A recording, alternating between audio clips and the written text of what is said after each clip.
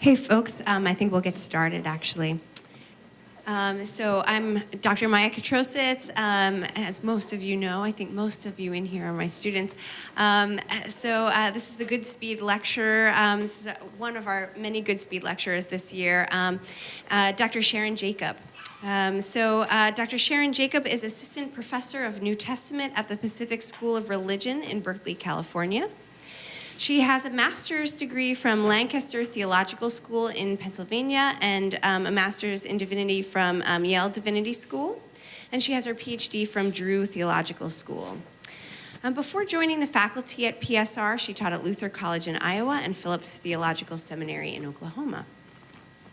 So Dr. Jacob brings post-colonial theory and feminist gender and sexuality studies to her work in biblical studies. Her first book is entitled Reading Mary Alongside Indian Surrogate Mothers, Violent Love, Oppressive Liberation, and Infancy Narratives. It's a great title. It is a provocative, unforgettable new address to what are perhaps the most overfamiliar narratives in the Bible, and to certainly one of the most literally domesticated biblical figures. Her reading of the infancy narratives and Mary's vexed place and subjectivity within them is electrifying in its nuance and sensitivity. Her deconstruction of the cultural ideals preserved within and around motherhood, ideals often exemplified and expressed through the figure of Mary, is both unvarnished and experientially poignant. When I first encountered her work in its dissertation format a few years ago, I knew her forthcoming book would be a staple in my courses for years to come, and they are, of course. I also knew that I could never read the infancy narratives again in quite the same way. Dr. Jacob is currently working on a project on rape culture in the book of Revelation, so that's some of her forthcoming work. I'm thrilled to host Dr. Jacob as she leads us through some of her research and, of course, her book project. So I'd ask you to join me in welcoming her to Denison.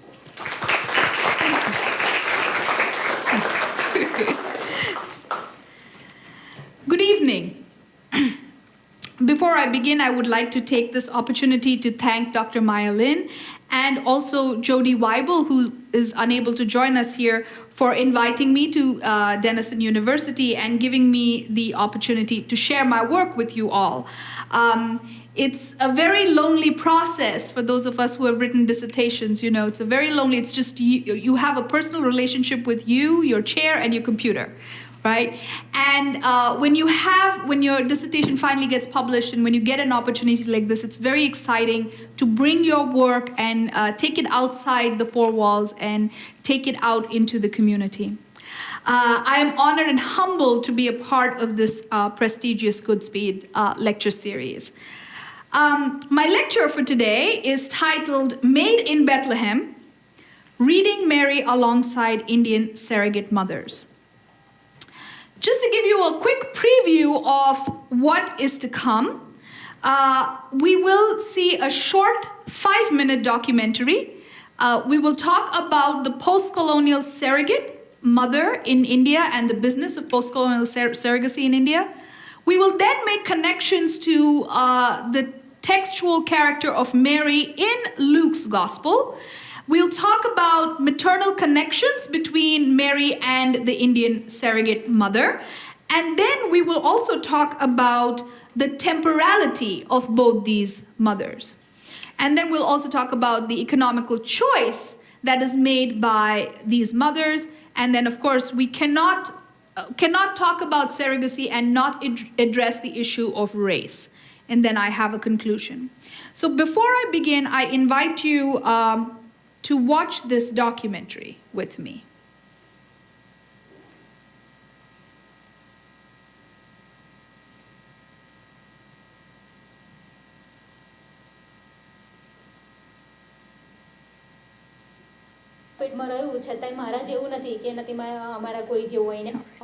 Miracle babies. Each one was born from a surrogate mother in India. Mothers like 26-year-old Opina, who just carried and gave birth to twins for Christine, an infertile woman from Vancouver, Canada. બાળક મારા પેટમાં રહ્યું છતાંય મારા જેવું નથી કે નથી અમારા કોઈ જેવું હોય ને ઇન્ડિયા જેવું એ બાળક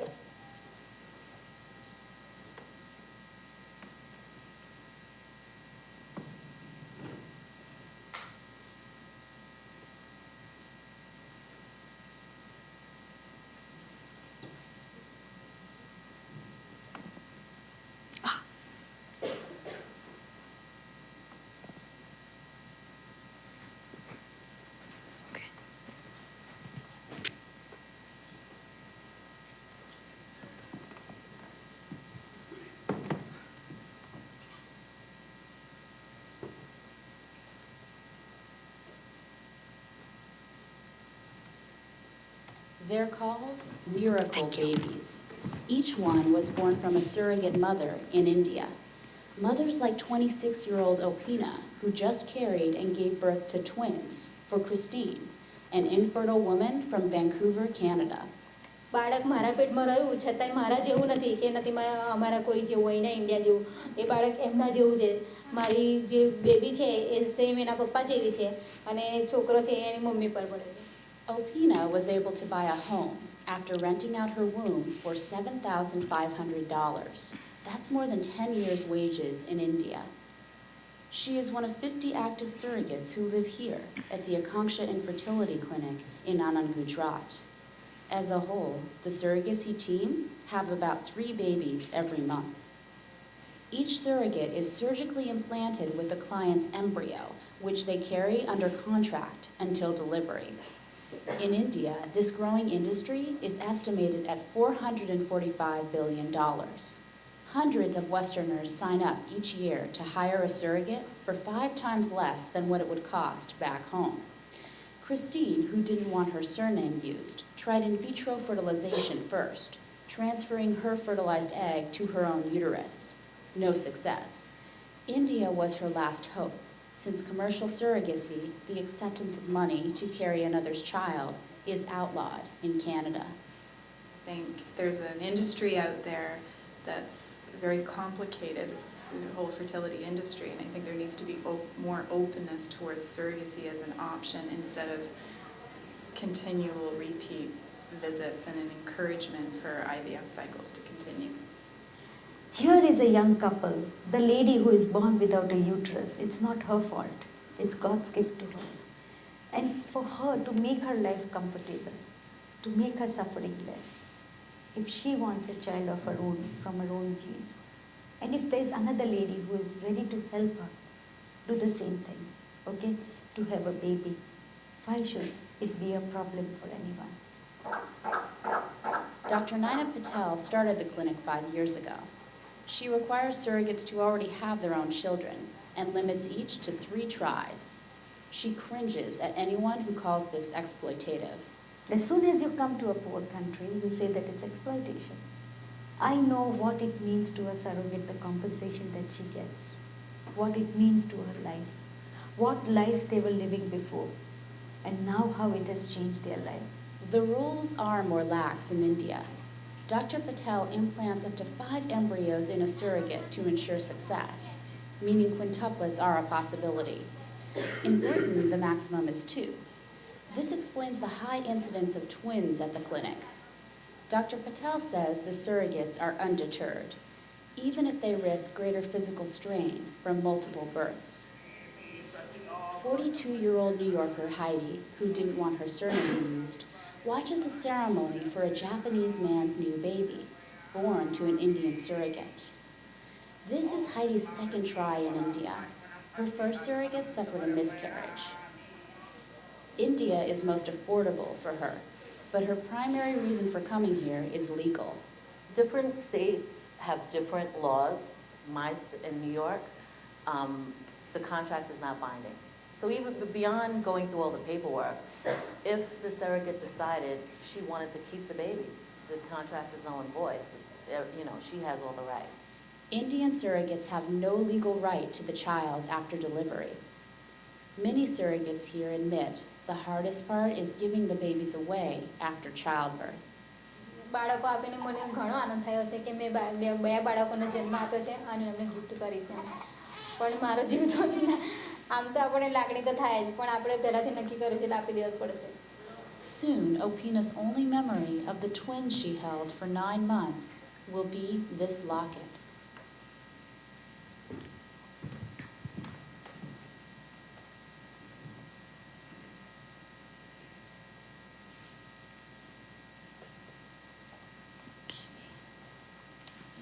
All right.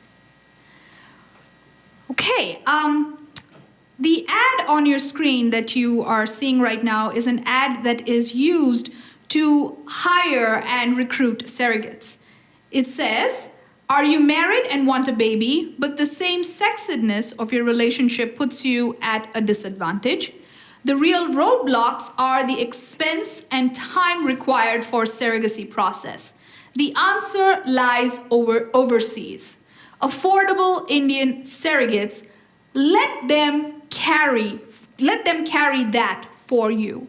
And if you notice, as you can see on your screen, it's a picture of a woman doing manual labor, and upon which the idea of surrogacy is superimposed. So what are we talking about maternal labor, and what happens to maternal labor as it enters into the market? Or, to put it even more starkly, what happens when the womb is entered into the market and then capitalized in the Indian surrogate industry?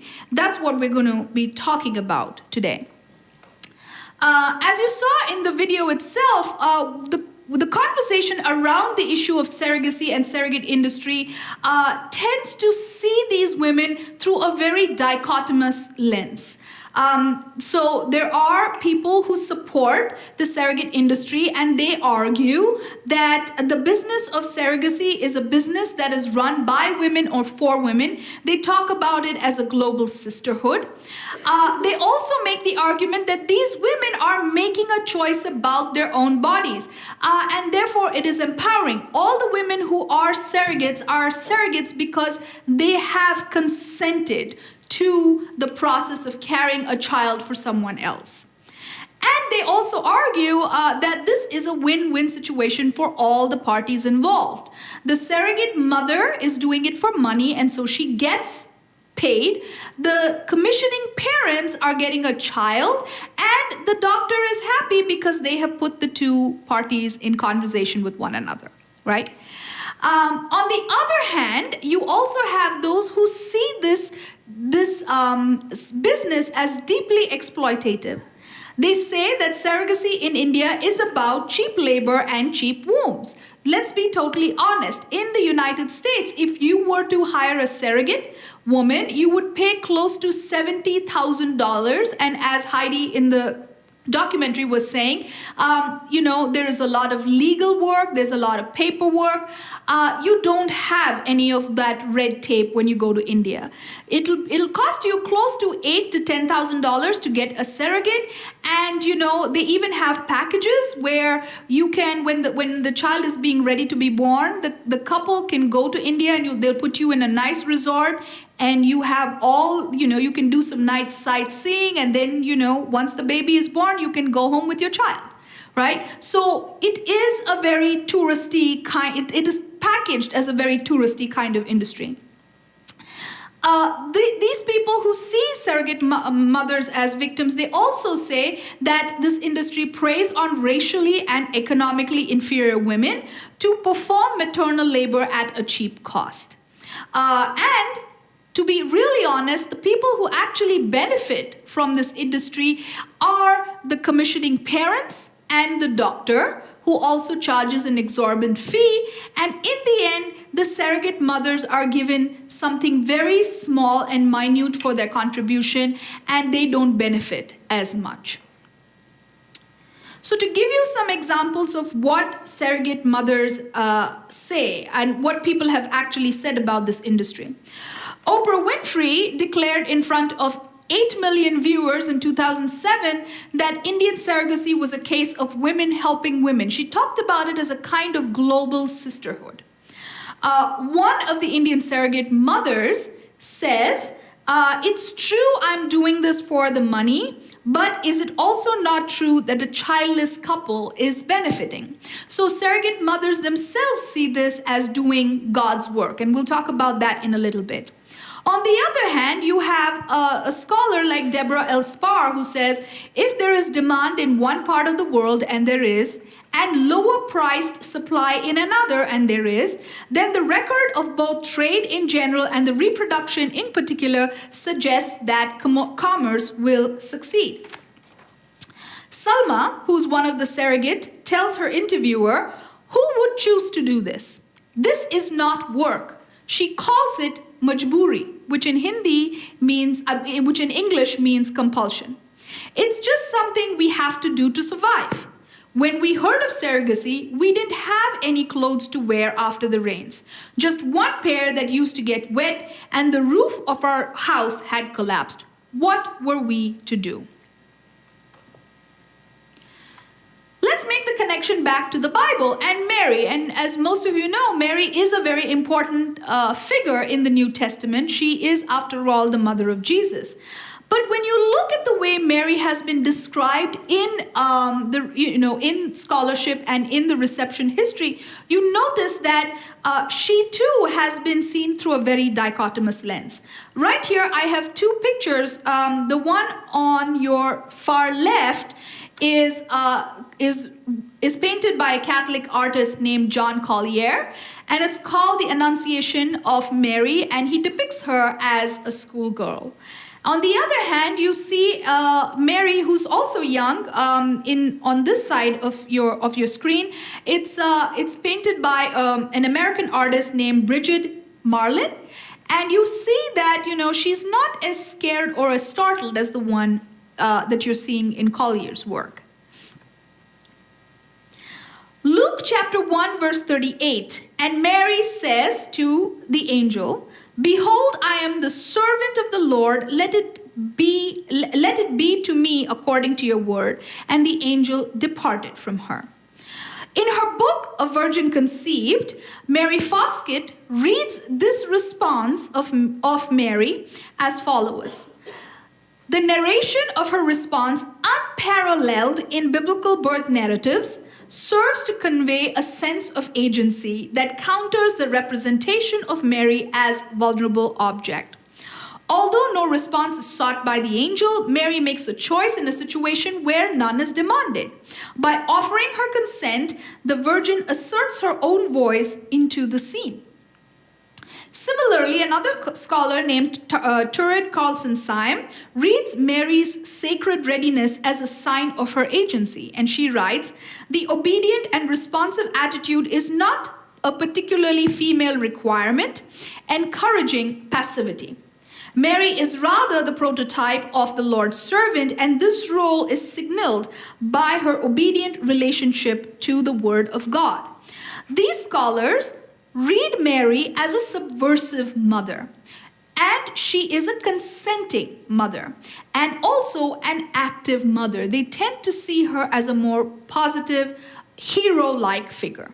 On the other hand, you have scholars like Jane Shaberg, who observe that the term doule, which is feminine, always and everywhere carries associations that doulos, which is masculine, does not. Associations of sexual use and abuse. The word doule and doulos is often translated in your biblical text as servant, but the correct translation would be slave.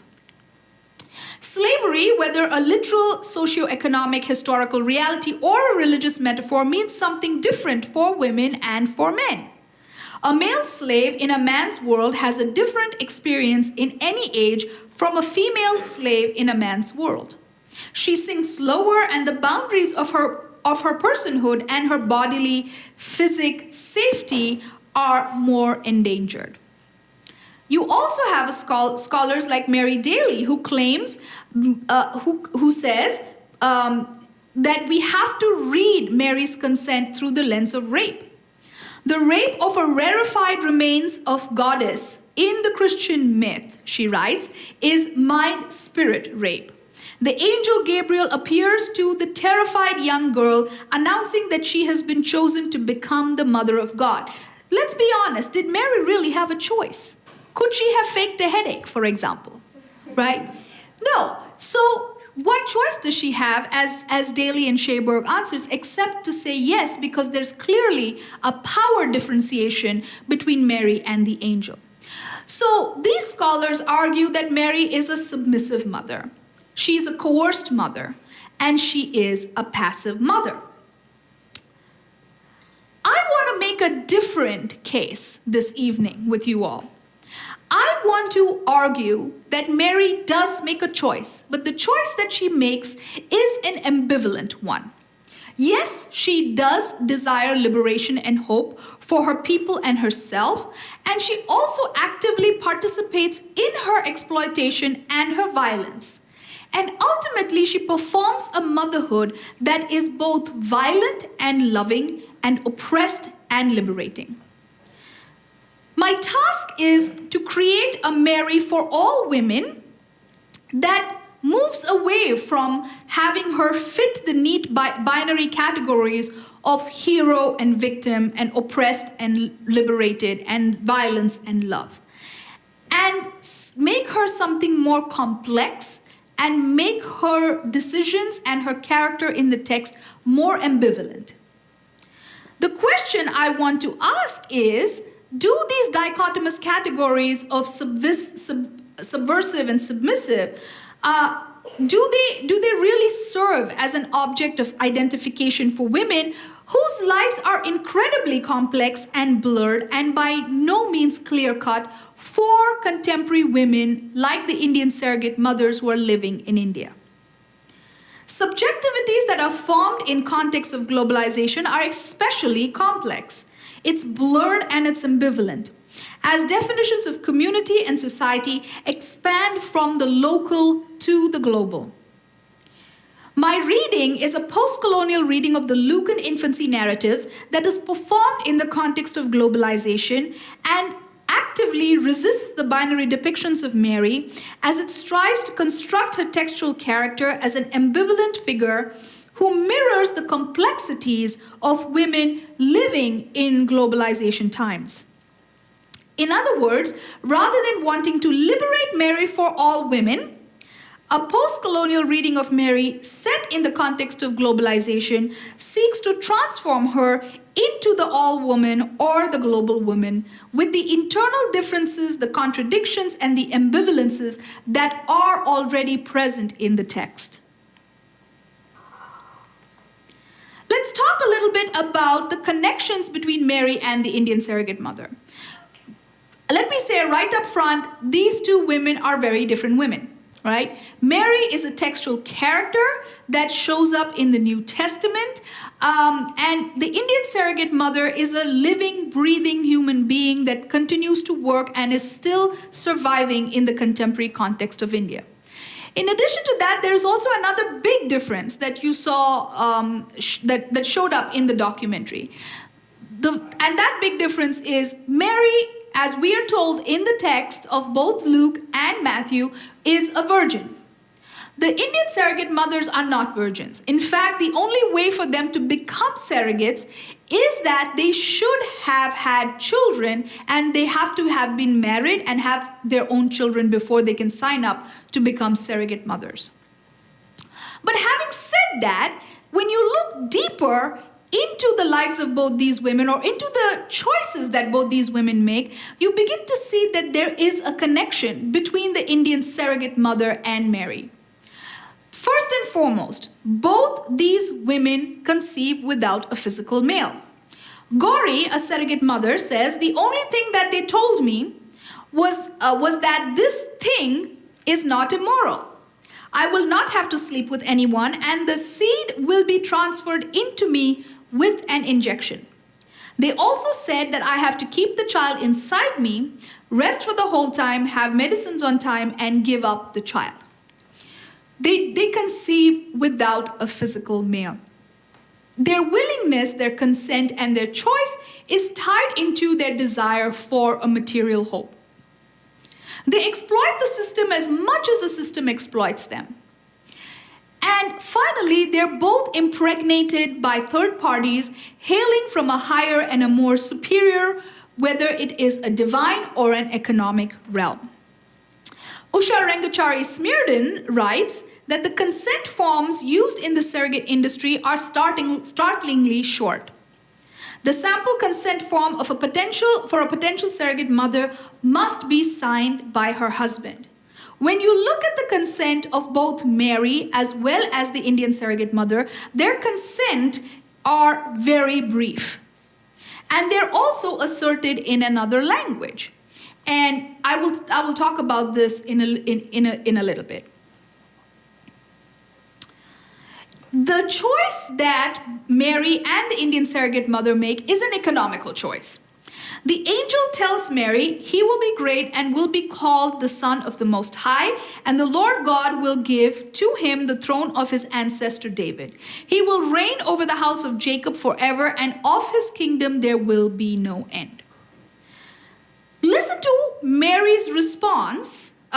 Listen to the angel's response to Mary through the lens of Najima Vora, who is a surrogate. She says that she plans on dividing her surrogacy money 3 ways. She wants to first buy a brick house, she wants to invest in her husband's business, and then she wants to pay for her child's education. She tells the interviewer, "My daughter wants to be a teacher, and I will do anything to get that opportunity." Yes, Mary and the Indian surrogate mother are very different in that one receives monetary compensation, the Indian surrogate, and the other does not, Mary. But what actually connects both these women is the promise of the material hope, the idea that the son she is going to give birth to, Mary, is going to be able to become the heir of the throne of his ancestor David. That's a material hope, and that hope is given to her before her own eyes by the angel. So therefore, I would caution us in reading Mary's eagerness to please God and her open obedience to take a pause, right? I see Mary's willingness read through the lens of surrogacy as performative of a resistant obedience.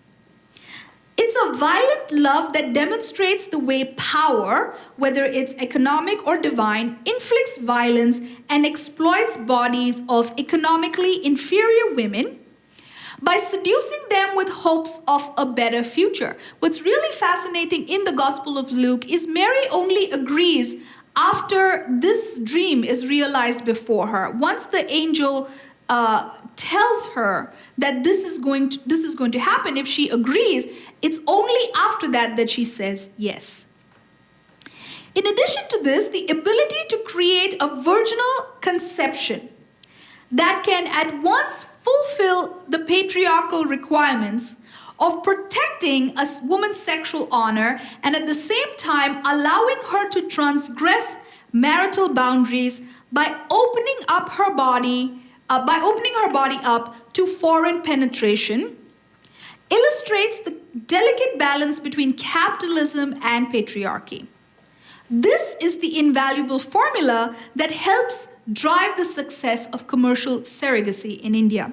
What is really fascinating is when you look at the surrogacy industry, very often it's the husbands of the surrogate mothers who bring their wives to become surrogates.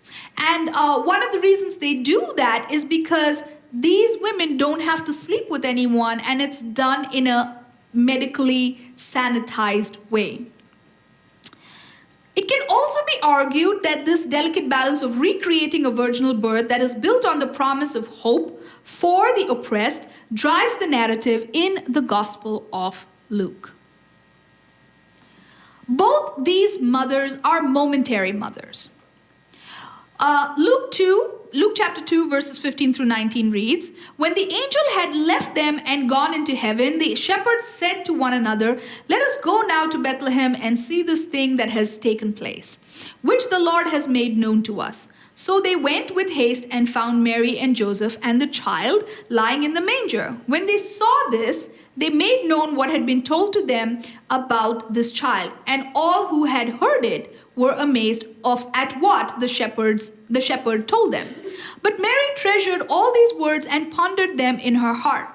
The woman who had just consented and the woman who breaks out into song in Luke, the minute the child is born, begins to hold everything into her heart and becomes very oddly silent in this text.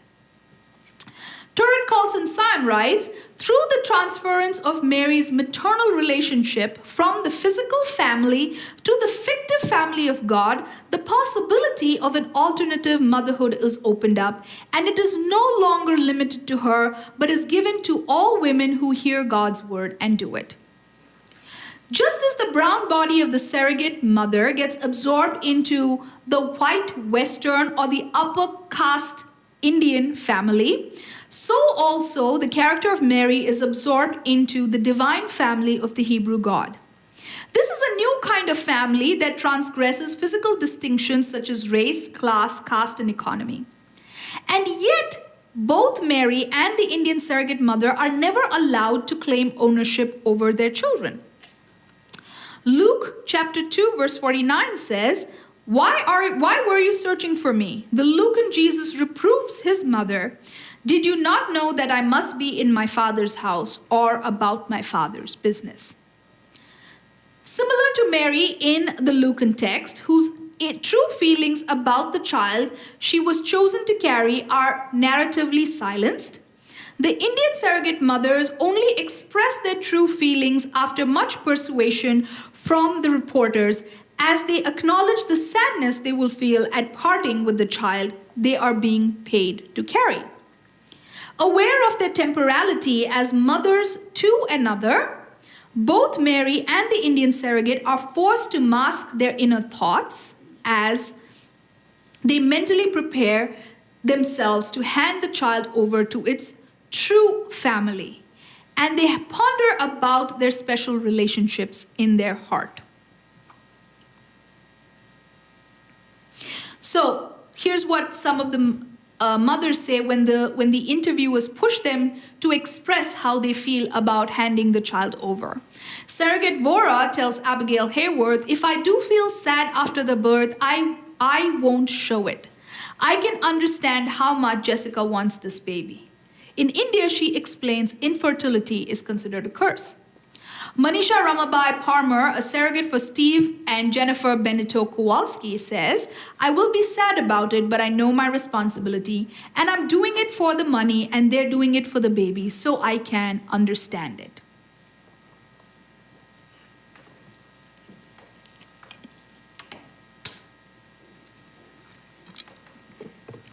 Let's talk about the Magnificat that shows up in the Gospel of Luke. In Luke chapter 1, 46 through 48, we are told that Mary says, "My soul magnifies the Lord, and my spirit rejoices in God my Savior, for he has looked with favor on the lowliness of his servant. Surely from now on all generations will call me blessed." Mary in the Gospel of Luke is ecstatic at the opportunity of being able to give birth to the future Savior, who is going to come and who is going to save her and her people and turn oppression on its head. In the Magnificat, Mary refers to herself explicitly as a lowly servant, but at the same time, she also says immediately that she is blessed.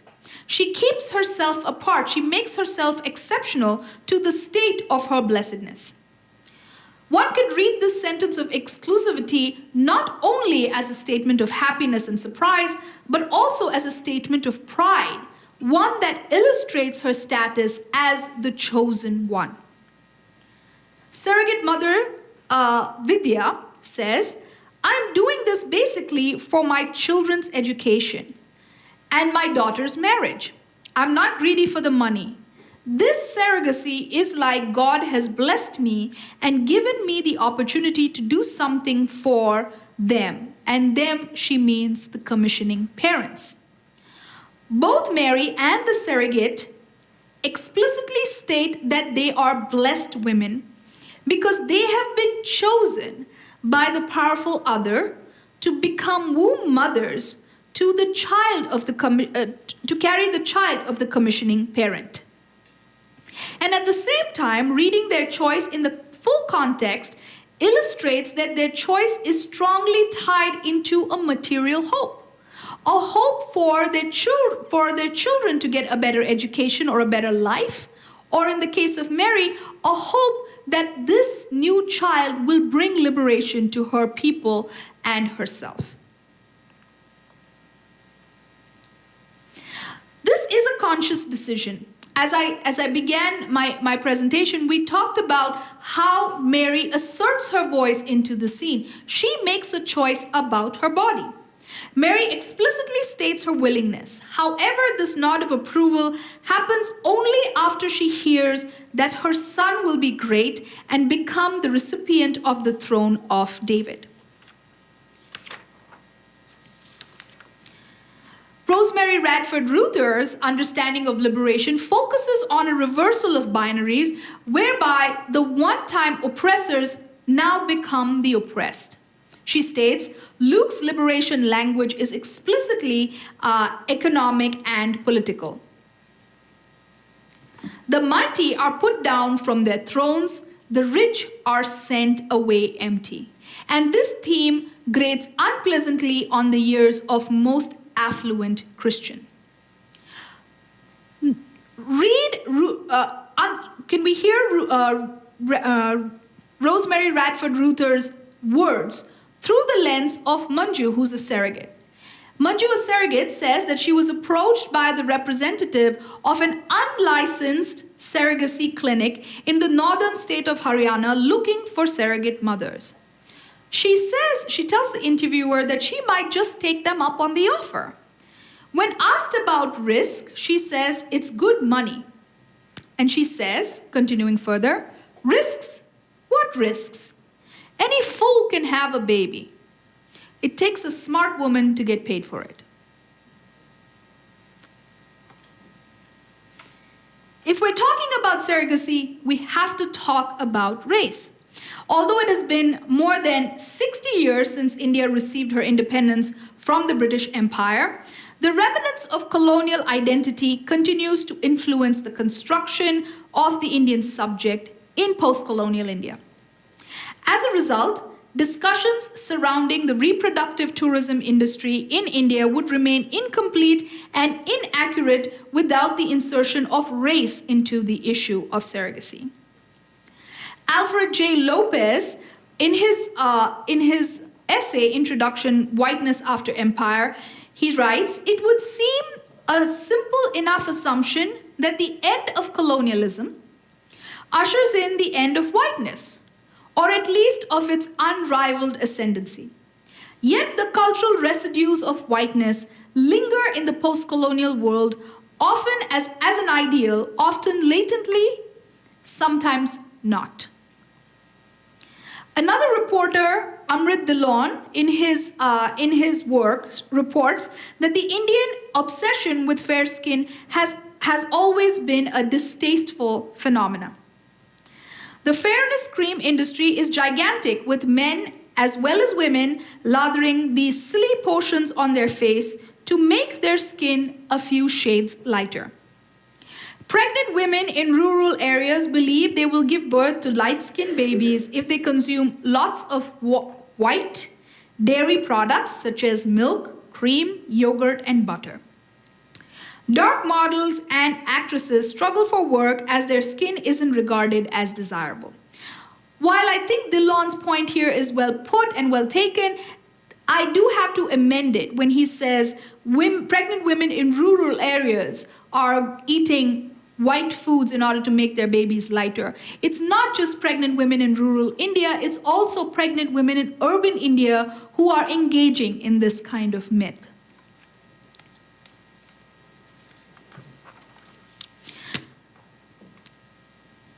Desai, in her novel Origins of Love, notes the reaction of Indian surrogate mothers when they give birth to a child that's genetically different from them. She writes, it was all the more difficult when a beautiful white baby emerged from between their dusky thighs, as though they had given birth to a god or a goddess. It was a miracle they would remember for the rest of their lives, and their excitement was palpable. The excitement that the Indian surrogate mother feels for the white child, the master signifier, emerging from between her dark brown thighs, is itself produced by a desire to become part of that white success that symbolizes hope and prosperity. However, whiteness, as the master signifier within the Indian context, attaches itself not only to success, fame, and marital bliss, but also to the divine, or in this case, at least to Western divinity. Tina, a surrogate mother, tells Amrita Pandey, "We, Tina and her husband, are from a Christian community. All our neighbors are Christians and we all go to church every Sunday. But here, for surrogates, things are different. There are two gods, Lord Krishna, who is the Hindu god, and Dr. Devi, the doctor goddess." One surrogate mother tells the reporter, "Maybe it will be easier for me to give up the baby when I see it doesn't look like me."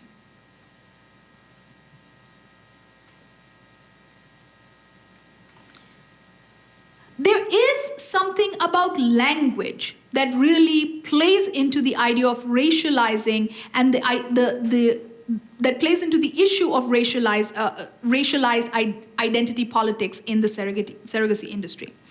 Kalpana Sheshadri Crooks, in a book Desiring Whiteness, argues whiteness, which founds the logic of racial difference, promises wholeness. That is what it means to desire white, not a desire to become Caucasian, but to put it redundantly, it's an insatiable desire on the part of all race subjects to overcome difference. Whiteness attempts to signify being or that aspect of the subject which escapes language. Language, coupled with desire to be like the other, become the bridging elements between the text of the infancy narrative and the context of the Indian surrogate mother. Rengachari Smearden observes, although commercial surrogacy has cropped up in other countries, the reason why it is so famous in India is because of the readily available doctors, English-speaking doctors, who can communicate with English-speaking patients and promote surrogacy in the press. The colonizers' language, English, has not only become the language of success and economic prosperity, but has in fact been transformed into a language of survival. The ability to speak what was once defined as the white man's language has now become a matter of pride and a sign of upward mobility, economic mobility, for the post-colonial Indian subject. One surrogate mother told her interviewer that she wanted her daughter to receive a proper education and speak English just like the interviewer did. She was only 21 years old and she was getting ready. She was carrying twins for a commissioning couple, but she had already planned her next 3 surrogacies. To be penetrated by superior beings as a result of education is the modus operandi in the business of surrogacy. The language of empire is placed onto the lips of the post-colonial subjects. In the infancy narrative, the angelic emissary of the Hebrew God speaks Greek, one of the 2 official languages of the Roman Empire, to a Palestinian peasant woman. She, Mary, responds in Greek rather than in Aramaic, and her womb is infiltrated by the child of the divine other. In the contemporary post-colonial context, as you just saw in the documentary, it's the Indian doctor who speaks English. The Indian doctor speaking English, the language of the former colonizer. The Indian doctor is the one who infiltrates the womb of the Indian woman and plants the fertilized seed of the racialized other. Asama, an Indian surrogate, says, "My daughter has just turned 10. Now she says she wants to study in an English-speaking school. She's growing up. And even if I don't have new things to wear, I want my little daughter to look nice. I have come here for her." Manjula, who's a 30-year-old surrogate and has a son and 2 daughters of her own, is carrying a child for profit.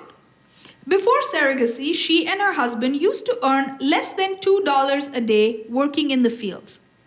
The first time, and she tells the interview, "The first time I came, I made a house.